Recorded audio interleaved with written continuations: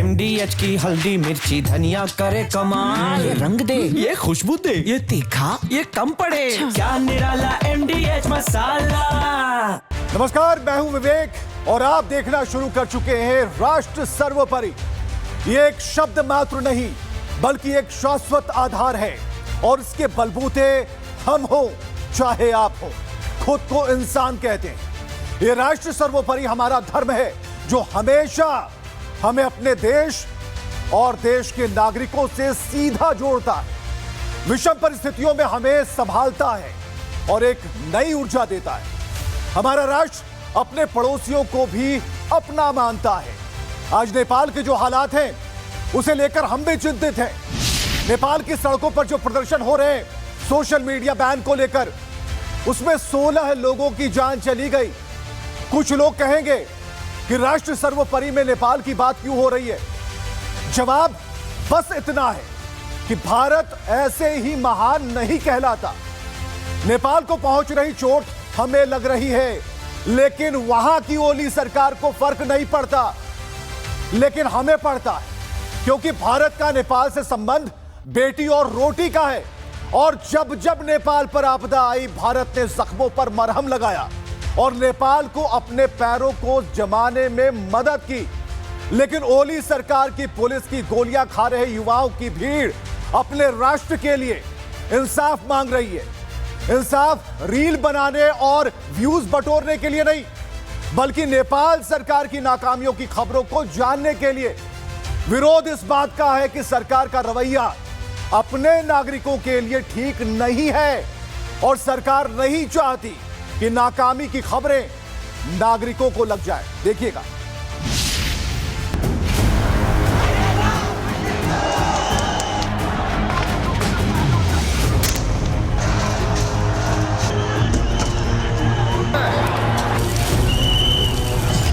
भारत के पड़ोसी मुल्क नेपाल में सड़क से लेकर सोशल मीडिया तक आग सुलग रही है।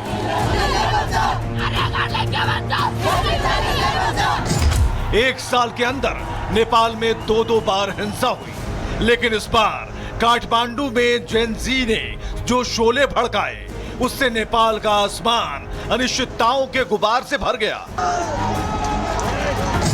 नेपाल की ओली सरकार पर खतरा मंडराने लगा। ओली सरकार के तख्ता पलट की दस्तक साफ साफ सुनाई दे रही है, जिसका असर सिर्फ नेपाल ही नहीं बल्कि भारत पर भी पड़ेगा। नेपाल की केपी ओली सरकार ने 4 सितंबर को सोशल मीडिया ऐप पर बैन लगाया था, जिनमें Facebook, Instagram, YouTube, WhatsApp, Reddit और एक्स समेत 26 सोशल मीडिया ऐप हैं। लेकिन इन ऐप्स पर बैन लगाना नेपाल के जेनजी यानी सबसे युवा वर्ग को रास नहीं आया। उन्होंने नेपाल की ओली सरकार के खिलाफ विद्रोह का बिगुल फूंक दिया। नेपाल का युवा वर्ग सड़कों पर आ गया। हिंसा, आगजनी, बवाल, नारेबाजी के बाद युवा प्रदर्शनकारी नेपाल की संसद तक जा घुसे। संसद के दोनों दरवाजे विद्रोह की ताकत से तोड़ दिए गए और तो और वहां की दरों दीवारों को क्रांति की मशाल से जला दिया गया। हालात इतने खराब हो गए कि नेपाल की पुलिस को फायरिंग करनी पड़ रही है। रबर की गोलियों से असर नहीं हुआ तो पुलिस बुलेट से बवाल को रोकने में लग गई। पुलिस की फायरिंग में कई लोगों की मौत हो गई, कई बुरी तरह से जख्मी हो गए। नेपाल की केपी ओली सरकार ने जो फैसला लिया, उसके ये नतीजे आना तो स्वाभाविक था, क्योंकि नेपाल की सत्ता में काबिज लेफ्ट गुटों का रुख चीन की तरफ सॉफ्ट रहा है। नेपाल की सरकार ने टिकटॉक, वाइबर, विटक, निम्बस और पोपो लाइव पर बैन नहीं लगाया, सिर्फ इसलिए क्योंकि टिकटॉक और पोपो चीनी कंपनियां हैं, जबकि वाइबर का मालिकाना हक जापान और निम्बस का नीदरलैंड की कंपनी के पास है।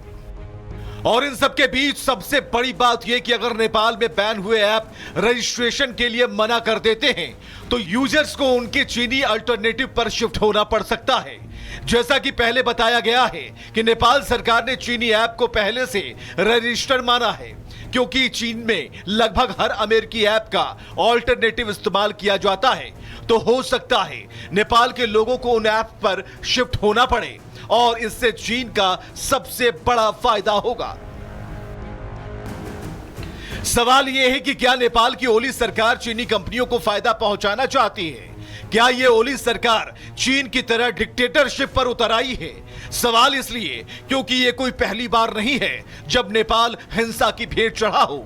कुछ महीनों पहले ही हिंदू राष्ट्र की मांग को लेकर भी नेपाल से ऐसी ही तस्वीरें सामने आई थीं।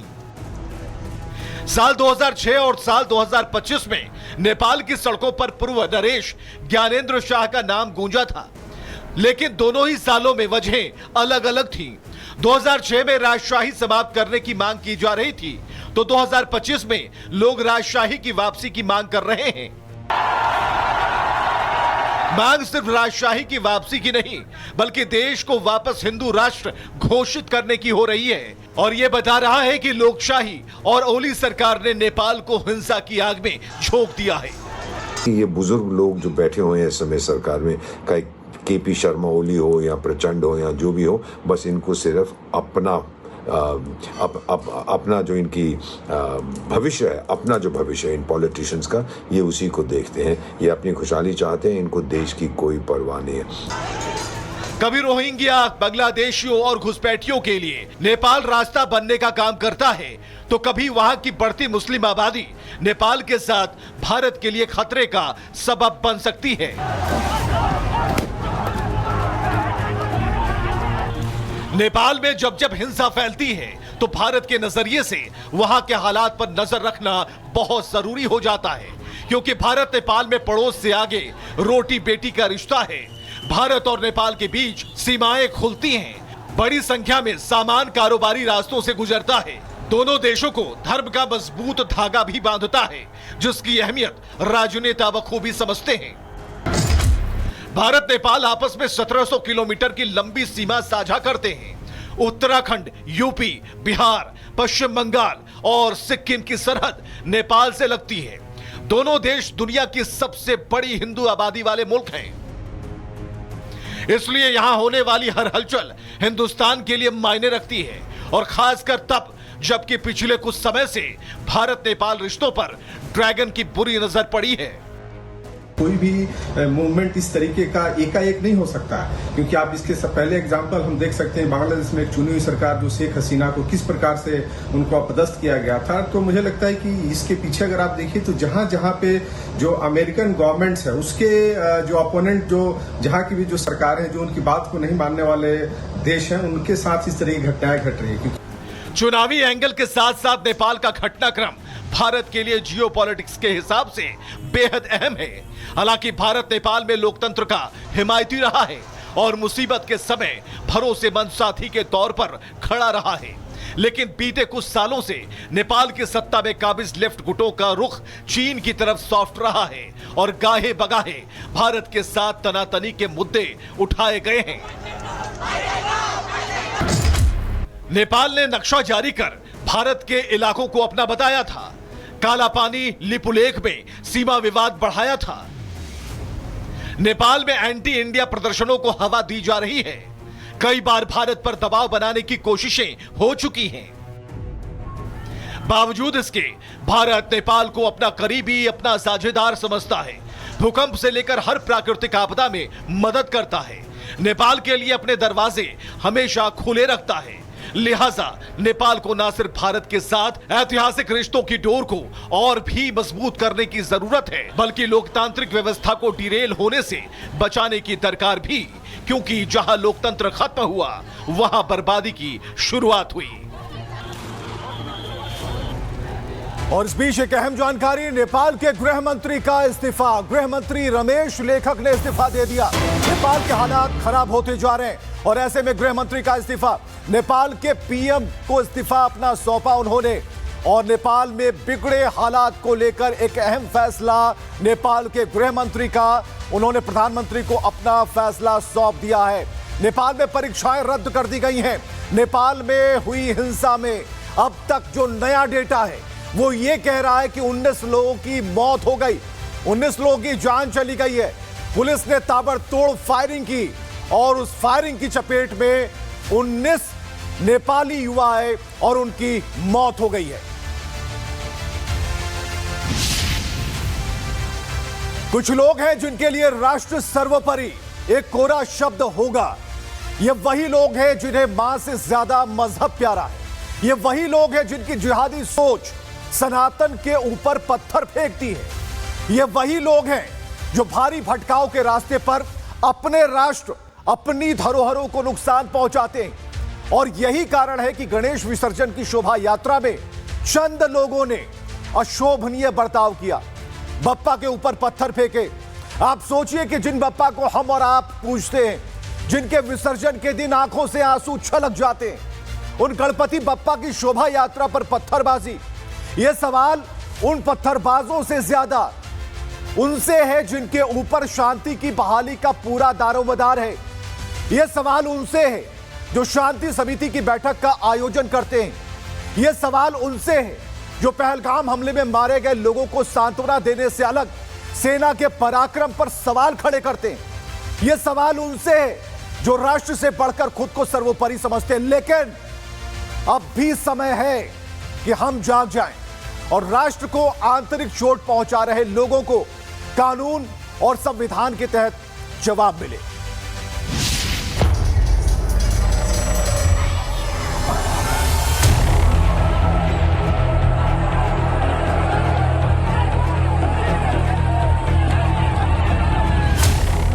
इस देश में चंद लोगों के हाथों में नफरती पत्थर शांति के माहौल को बिगाड़ने के लिए हमेशा तैयार होते हैं। इन्हें मतलब नहीं होता कि दूसरे धर्म का सम्मान कैसे करना है, लेकिन यह पता जरूर होता है कि किसी भी हिंदुओं के आयोजन में नफरती दखल कैसे देनी है। पूरे देश में इस वक्त गणपति विसर्जन की धूम है। गणपति बप्पा की पूजा के बाद अगले साल फिर लौट कर आने का संकल्प लेकर विदाई चल रही है। झूम रहे हैं लोग, नाच रहे हैं लोग, लेकिन इस असंख्य भीड़ में सनातन के संदेश को जन जन तक पहुंचाया जा रहा था। लेकिन कर्नाटक के मांड्या में कुछ लोग नापाक हाथों में नफरती पत्थर लेकर बप्पा की शोभा यात्रा में हमला करते हैं।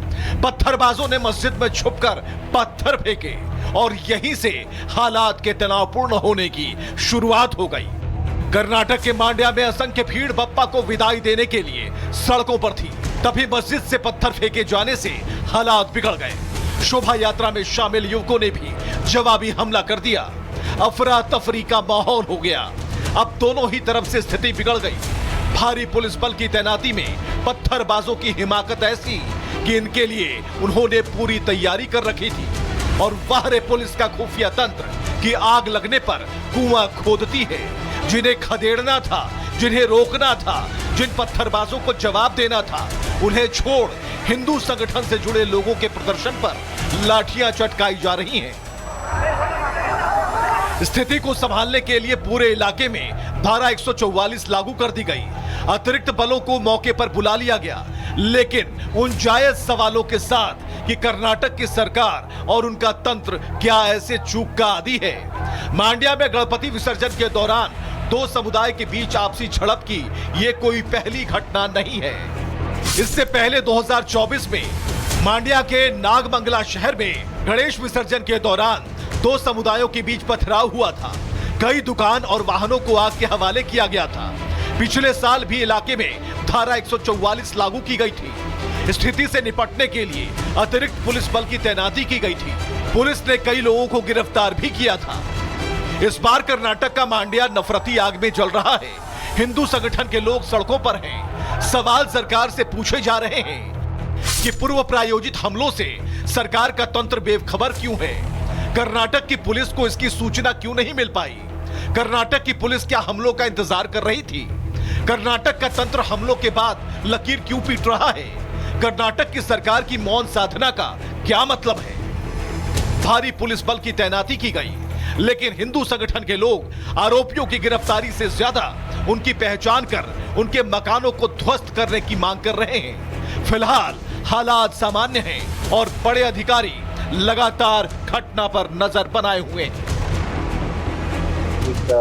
विवाद हुआ और उसके बाद स्थिति तनावपूर्ण हो गई, जिसको लेकर के पुलिस तत्काल पुलिस मौके पर पहुंची और स्थिति को नियंत्रण में लिया। वर्तमान में स्थिति पूरी तरह से नियंत्रण में। पथराव जरूर हुआ है और इस कारण जो है जो लोग इसमें इन्वॉल्व हैं, पुलिस ने उनमें से 7 लोगों को पुलिस ने गिरफ्तार किया है और उनके खिलाफ FIR की जा रही है। नफरती सोच के पीछे की मानसिकता का बराबर सामने आकर सड़कों पर प्रदर्शन करना क्या ये नहीं दिखाता कि तंत्र जो करे हम वही करेंगे, तंत्र चाहे जो करे हम वही करेंगे जो हमें करना है।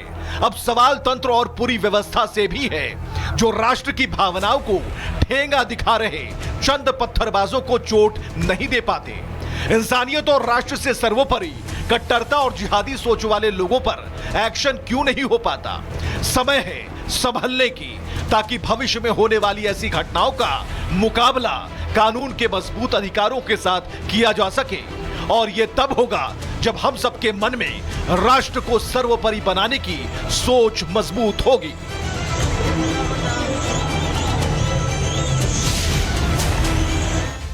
राष्ट्र सर्वोपरि में अब बात उस लोकतंत्र की जिसकी पीठ पर सवार होकर पूरा तंत्र बरसाती कीचड़ को पार कर गया।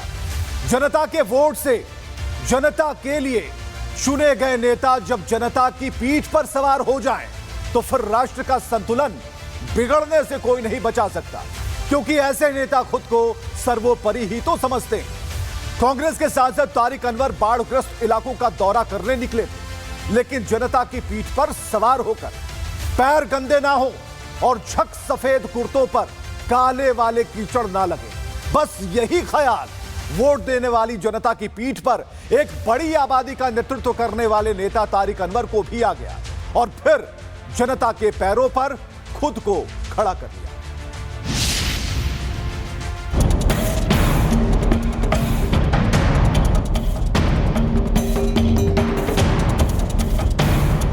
देश में जब भी चुनाव आते हैं, नेता जनता के पैरों में गिरकर वोट मांगते हैं, लेकिन चुनाव बाद जब नेता जीत जाते हैं तो वो इसी जनता के सिर पर बैठ जाते हैं। अगर आपको यकीन ना हो तो इस तस्वीर को देख लीजिए।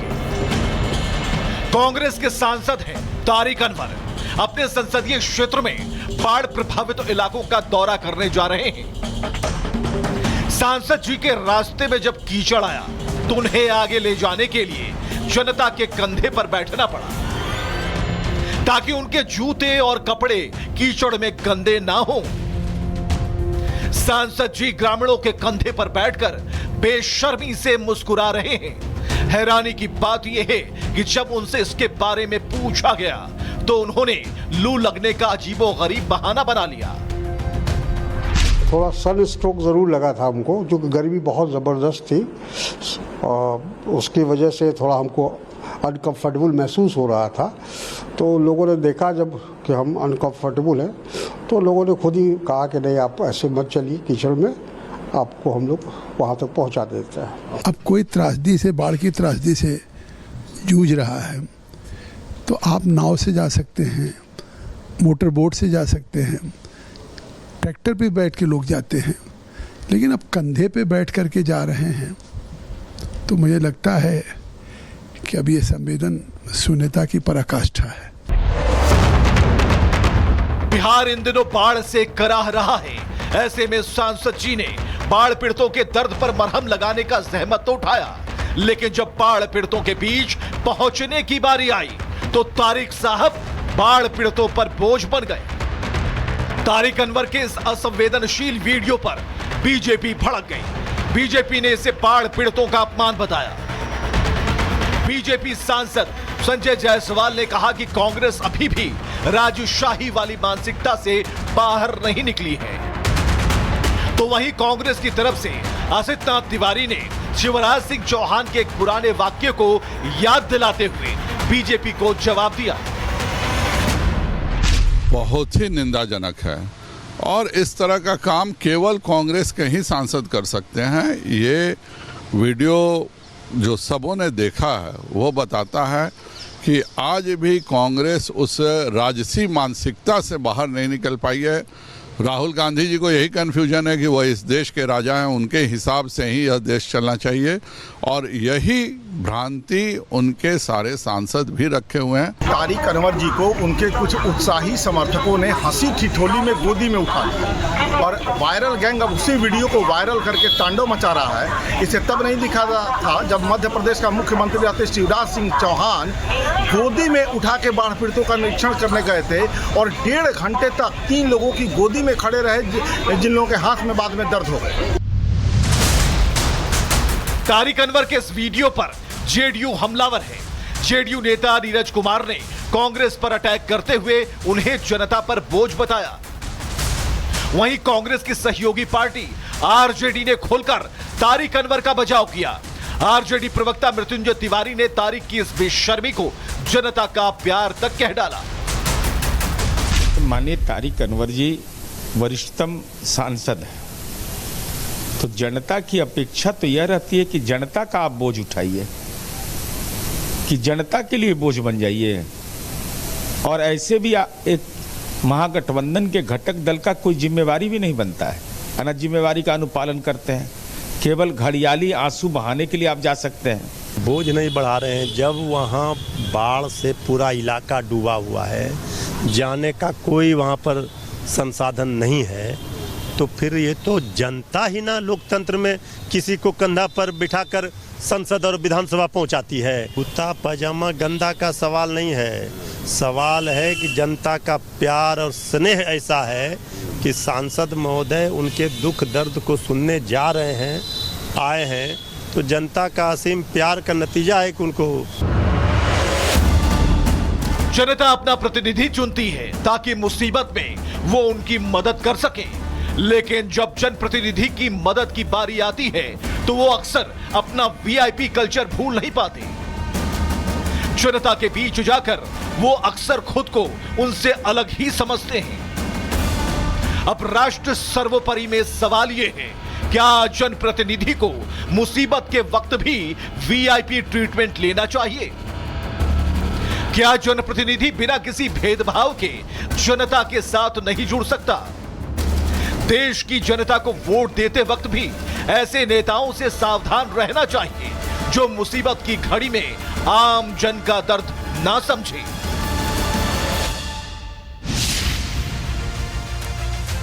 आगे बढ़ते हैं। देश के प्रधानमंत्री नरेंद्र मोदी 2047 तक भारत को विकसित बनाने का संकल्प ले चुके हैं और भारत की जनता ने भी पीएम मोदी के साथ इस संकल्प को पूरा करने में अपनी भागीदारी सुनिश्चित कर ली।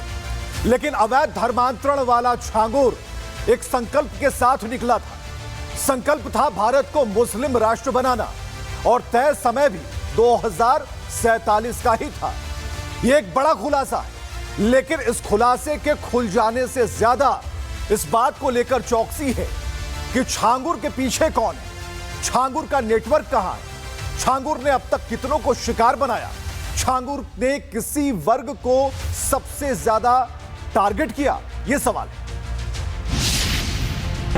केस में मुख्य आरोपित जलालुद्दीन उर्फ छांगुर और उसके बेटे महबूब के खिलाफ चार्जशीट दाखिल की। जांच में जो खुलासा सामने आया उसने देश के भविष्य को अंधकार में डूबने की साजिश का खुलासा कर दिया। छांगुर भारत को 2047 तक इस्लामिक राष्ट्र बनाने की साजिश रच रहा था। छांगुर और उसके साथी गरीब और कमजोर लोगों को लालच, धमकी और मानसिक दबाव देकर धर्मांतरण करवा रहे थे। छांगुर को धर्मांतरण के लिए मुस्लिम देशों से 500 करोड़ रुपए मिले थे और उसके निशाने पर गरीब युवतियां और विधवाएं शामिल थी। साथ ही छांगुर और उसके बेटे ने हिंदू लड़कियों को धर्मांतरण के लिए फंसाने के लिए 1000 से ज्यादा मुस्लिम युवकों की फौज तैयार कर रखी थी। एक गवाह ने एटीएस के अधिकारियों को बताया कि छांगुर ने उसके धर्मांतरण के बाद कहा था कि उसे जनसांख्यिकी धर्मांतरण के लिए बाहरी देशों से बड़े पैमाने पर आर्थिक मदद मिलती है। उसने यह भी कहा कि अपने प्रभाव से उसने बड़ी संख्या में हिंदुओं को इस्लाम धर्म कबूल कराया था। कोर्ट के सामने दर्ज कराए गए बयान में एक पीड़िता ने कहा कि छांगुर और उसके सहयोगी कहते थे कि वर्ष 2047 तक पूरे देश का इस्लामीकरण करना है। यह सिर्फ धर्मांतरण की साजिश नहीं, यह सिर्फ लफ्ज जिहाद की साजिश नहीं, यह तो देश के खिलाफ खुलेआम ऐलाने जंग था। 2047 जब देश अपनी आजादी के 100 साल पूरे करेगा, उसी 2047 को लेकर सबसे बड़ी साजिश रची जा रही थी। धर्मांतरण का मसीहा बना छांगुर देश को अंधकार और कट्टरपंथियों के हाथों सौंपने का सपना देख रहा था। छांगुर गैंग इस्लामिक दावा सेंटर और मदरसे खोलने की तैयारी में था।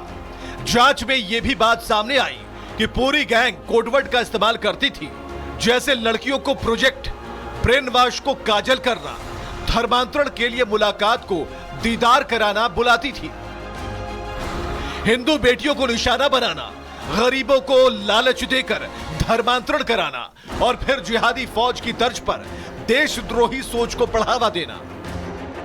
एटीएस ने अपनी चार्जशीट में 10 पीड़ितों समेत कुल 29 गवाह के बयानों का जिक्र किया है। इन गवाहों में वो पीड़िता भी शामिल है जिसने महबूब और नवीन पर रेप और छेड़खानी के आरोप लगाए हैं।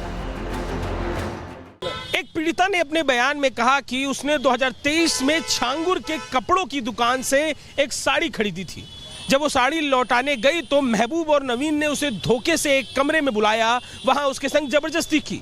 जब वो कमरे से बाहर आई तो छांगुर ने उसे झूठे मुकदमे फंसाने की धमकी दी। बाद में प्रलोभन देते हुए धर्मांतरण कराने के लिए कहा। पीड़िता ने अपने बयान में कहा कि छांगुर ने उससे कहा था कि उन लोगों के द्वारा लाखों लोगों का धर्मांतरण करवाया गया है। एटीएस ने चार्जशीट में लिखा है, गिरोह का दूसरा मास्टरमाइंड नवीन अपना दुबई का कारोबार छोड़कर भारत में आकर इस्लाम का प्रचार प्रसार कर रहा था। उसके खातों में विदेशों से आए 16 करोड़ 50 लाख रुपयों में से महबूब और छांगुर के बैंक खातों में 1 करोड़ 30 लाख रुपए ट्रांसफर किए गए।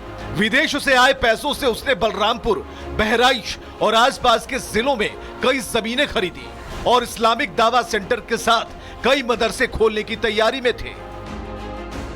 एक तरफ देश विकसित भारत बनने की तैयारी कर रहा है प्रधानमंत्री जी के प्रयासों से कि कैसे 2047 तक भारत विकसित भारत बन जाए, वहीं देश के विरोधी ये षड्यंत्र रच रहे हैं कि कैसे 2047 तक भारत को इस्लामिक राष्ट्र बना दिया जाए, भारत में जिहाद छेड़ दिया जाए, भारत को दारुल इस्लाम बना दिया जाए।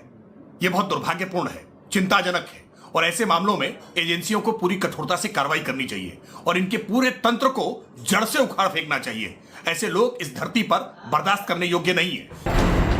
लेकिन सवाल यह है कि इतने बड़े एजेंडे पर क्या छांगुर अकेला काम कर रहा था या फिर उसके पीछे है एक पूरा इस्लामी कट्टरपंथी नेटवर्क। और सवाल यह भी कि 2047 तक भारत को मुस्लिम राष्ट्र बनाने का प्लान क्यों? छांगुर ने 1000 मुस्लिम युवाओं की फौज कैसे तैयार कर ली? धर्मांतरण, लव जिहाद, ब्रेन वॉश में कौन दे रहा था फंडिंग? वो मौलवी, वो संस्था कौन थे जो देश के खिलाफ तैयारी कर रहे थे? इस पूरे नेटवर्क के तार कहां जुड़े थे, इसका अंदाजा लगाना अभी बाकी है। लेकिन जो खुलासा सामने आया है वो देश को झकझोर देने वाला है। छांगुर अब सलाखों के पीछे है, लेकिन जो नेटवर्क उसने बनाया, जो सोच उसने फैलाने की कोशिश की, वो अभी भी जिंदा है।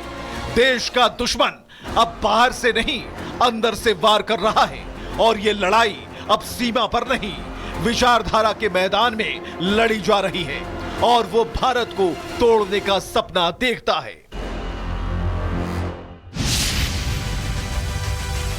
तो आज के लिए राष्ट्रीय सर्वोपरि में बस इतना ही। आप जहां भी रहें मस्त रहें, अपनों के साथ रहें, लोगों को जागरूक करते रहें और खुद भी जरूर सजग रहें और अपना ख्याल रखें। शुक्रिया। अब आया असली स्वाद। अब आया स्वाद। जब स्वाद के पड़े हो लाले तो MDH का चंकी चाट मसाला डालें। MDH का चंकी चाट मसाला। MDH